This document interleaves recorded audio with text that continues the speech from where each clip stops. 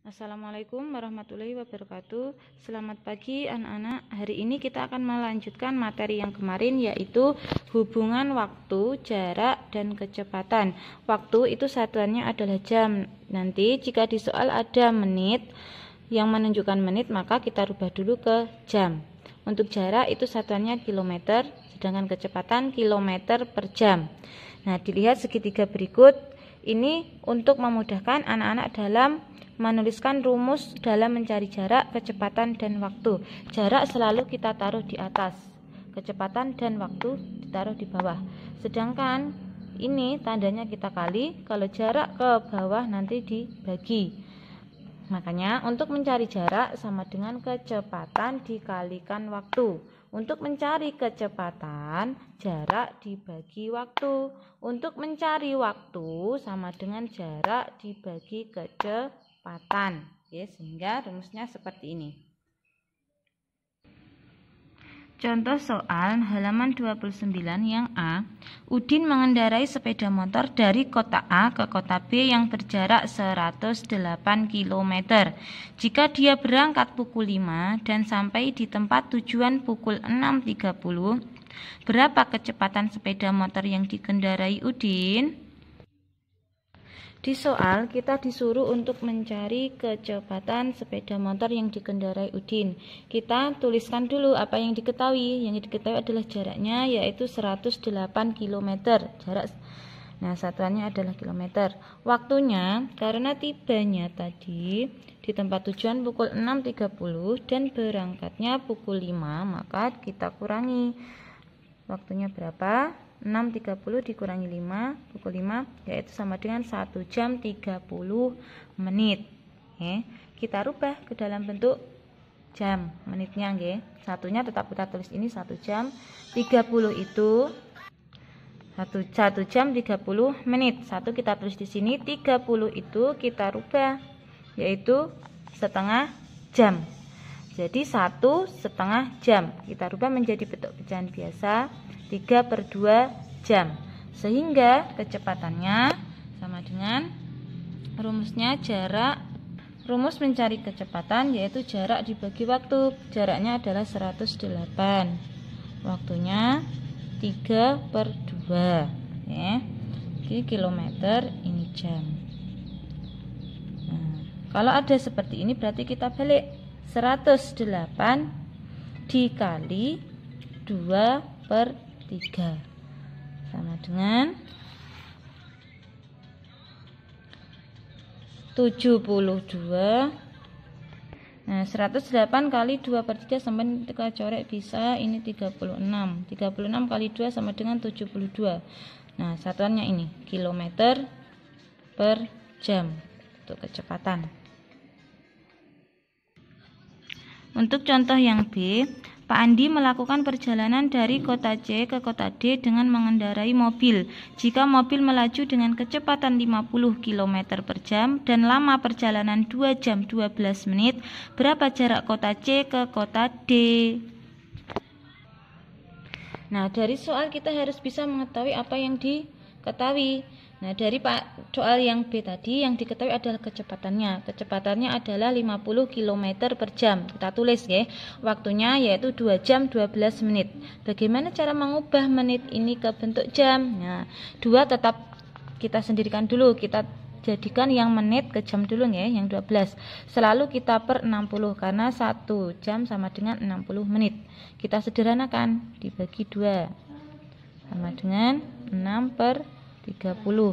Kita bagi lagi sampai sederhana karena ini masih bisa disederhanakan. Kita bagi dengan 6 semuanya, sama dengan 6 bagi 6 1, 30 bagi 6 sama dengan 5. Jadi 2 jam 12 menit itu kita rubah ke jam sama dengan 1/5. 2 dari mana? 2 dari jamnya. 12 menit itu sama dengan 1/5 jam. Jadi ini caranya seperti ini. Sehingga mencari jarak, rumusnya tadi adalah kecepatan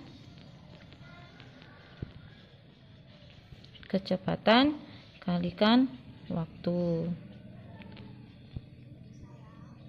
Kecepatannya 50 km per jam. Waktunya 1/5 jam. Karena sama bisa kita coret ya.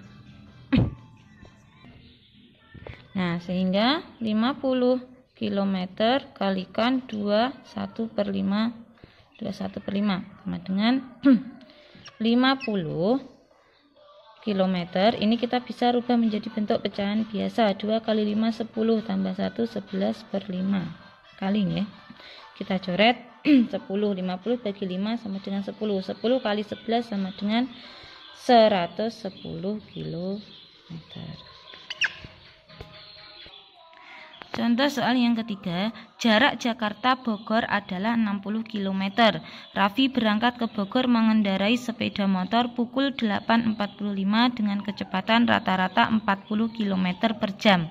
1. Berapa lama waktu tempuh yang dibutuhkan oleh Raffi untuk sampai ke Bogor? 2. Pada pukul berapa Raffi tiba di Bogor? Nah, dalam mengerjakan soal seperti ini, kita harus menuliskan dulu apa yang diketahui. Yang diketahuinya tadi adalah jaraknya sama dengan 60 km, kecepatannya sama dengan 40 km per jam. Yang ditanyakan untuk nomor 1, waktunya itu berapa? Ya, waktu rumusnya sama dengan jarak dibagi dengan kecepatan. Sehingga kita tinggal menuliskan jaraknya tadi berapa? 60 km. Kecepatannya tadi 40 km per jam. Nah, oke, sama dengan nolnya kita coret. Tinggal 6/4 jam. Nah, kita sederhanakan. 6/4 itu dibagi 2 sama dengan 3/2 jam. Kita jadikan bentuk pecahan biasa sama dengan 1, 3 dibagi 2 sama dengan 1, sisa 1/2 jam. Ya. Untuk yang nomor 2 yang ditanyakan yaitu pada pukul berapa Raffi tiba di Bogor, yaitu waktu tibanya. Okay. Tadi diketahui waktu berangkatnya yaitu pukul 8.45 menit. Terus waktu tempuhnya yaitu 1,5 jam. Kita rubah ya. Ini ke bentuk jam dan menit, yaitu 1 jam 30 menit. Karena setengah itu selalu 30 menit. Nah, waktu keberangkatannya tadi pukul 8.45 menit dijumlahkan dengan ini 1 jam 30 menit. Tinggal kita jumlahkan ya. 8.45 tambah 1 jam 30. 5, 7, 9. Nah, kita kurangi 60, kita taruh di sini 1, 5, 1, 9 tambah 1, 10.